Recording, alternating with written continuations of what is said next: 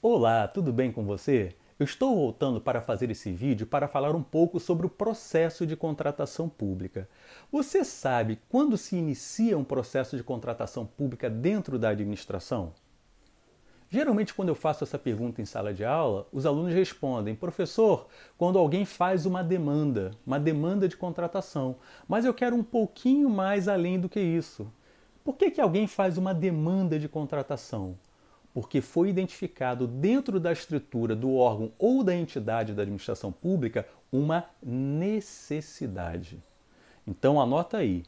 Toda contratação pública se inicia a partir do momento que é identificada na administração uma necessidade de contratação. Pode ser uma necessidade de compra, contratação de serviços, necessidade de executar uma obra ou até mesmo a necessidade de se desfazer de um bem público. Então, a partir do momento que é identificada essa necessidade, a unidade requisitante, que é aquela unidade que requisita a contratação por ter identificado a necessidade, ela vai começar o planejamento dessa contratação. E nesse planejamento da contratação, que para mim é o ponto fundamental de qualquer contratação pública, nesse planejamento o primeiro passo é fazer o levantamento detalhado dessa necessidade. Em que instrumento eu faço esse detalhamento da necessidade que foi identificada? Aí nós chamamos o estudo técnico preliminar. O estudo técnico preliminar é o instrumento mais adequado para dar início ao processo de contratação e fazer o levantamento daquela necessidade. É com estudos técnico preliminar que eu vou aprimorar o meu planejamento em busca de uma contratação eficiente. Então vou dar um exemplo. Se eu identifiquei uma necessidade de comprar um determinado objeto, a primeira coisa que eu vou fazer no estudo preliminar, eu vou levantar exatamente tudo que eu preciso daquele objeto. Eu vou levantar qual é o objeto para atender a minha necessidade. Eu vou levantar quantas unidades eu necessito daquele objeto. Eu vou também ao mercado para ver como é que esse objeto é fornecido no mercado, ou seja, quais são as possíveis soluções que existem no mercado para atender a essa necessidade. Tudo isso vai estar contido nesse instrumento chamado estudo técnico preliminar. A partir daí, eu tenho também, dependendo do caso, e hoje, quando se trata de contratação de prestação de serviços por força da Instrução Normativa 05/2017, eu tenho que fazer o tal mapa de riscos ou a gestão do risco da minha contratação, ou seja, eu tenho que identificar nas 3 fases do processo quais são os riscos que eu posso ter e aí traçar medidas preventivas e corretivas com os seus respectivos responsáveis. E só depois disso é que eu vou elaborar aquele instrumento que de fato vai conter a caracterização do objeto, que é um instrumento chamado de termo de referência ou de projeto básico. Então, o termo de referência, em regra, é o documento que vai conter o objeto quando eu vou fazer uma contratação de bem ou serviço comum. E projeto básico é para a contratação de serviços especiais, inclusive obras. Então, esse documento, seja ele um termo de referência ou um projeto básico, vai ser um dos documentos fundamentais para a contratação e vai ser o anexo, geralmente o primeiro anexo do instrumento convocatório, ou seja, o primeiro anexo do edital de licitação. Então, quando a administração pública ela publica o edital de licitação, na verdade ela publica um resumo desse edital de licitação, a ideia é que ela dê ampla publicidade para que o maior número possível de empresas interessadas apareçam, baixem ou peguem esse edital e leiam o edital. E aí é fundamental a leitura do termo de referência ou do projeto básico, porque são esses instrumentos que vão detalhar como se dará o objeto, como se dará a sua execução e, principalmente, quais são os requisitos mínimos de qualidade do objeto que a administração pretende contratar. É com base nesse instrumento que o pregoeiro ou a comissão de licitação irão julgar as propostas que chegam no certame. E aí, ao julgar essas propostas, na verdade, como é que se dá esse julgamento? O julgamento se dá por meio de uma competitividade que é estabelecida entre esses licitantes, e o pregoeiro ou a comissão de licitação tem, na verdade, alguns pontos importantes a seguir.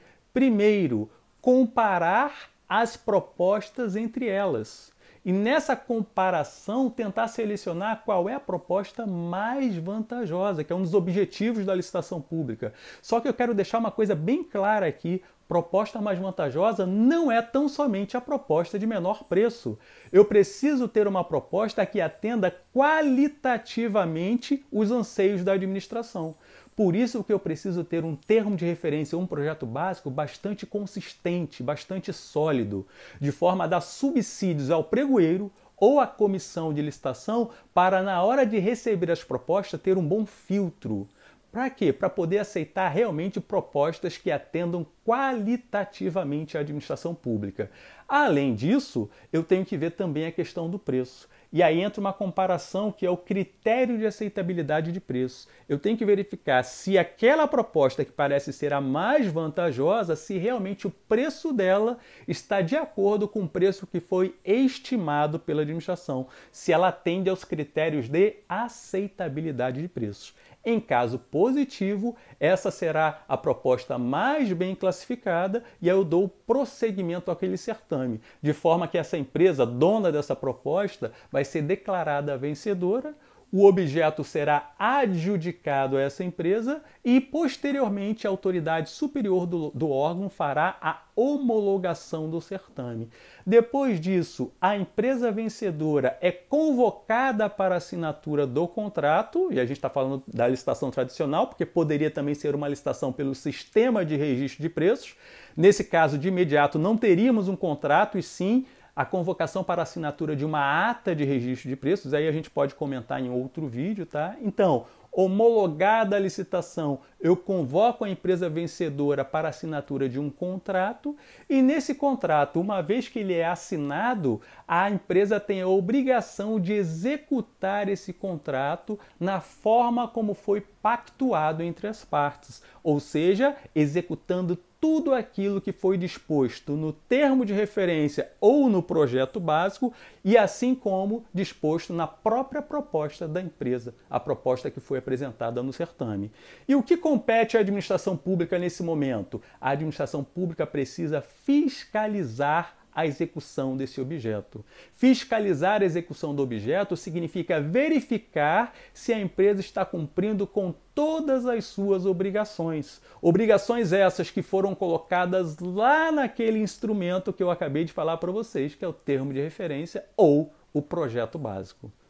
Fiscalizando e verificando que o objeto está sendo executado da forma adequada, a administração pública aceita, ou seja, faz o recebimento definitivo dessa parcela do objeto e autoriza o pagamento da contratação, não é? Então vai gerar uma despesa pública que tem, a gente sabe que a despesa pública tem 3 fases: empenho, liquidação e pagamento. Então, quando da convocação da empresa, quando da assinatura do contrato, foi emitida a nota de empenho, e a cada parcela que a empresa vai executando, a administração pública fiscaliza, faz o recebimento definitivo e, a partir daí, o processo tramita internamente no órgão para que seja feita a liquidação da despesa e o respectivo pagamento, até a finalização da execução contratual e o término do contrato administrativo.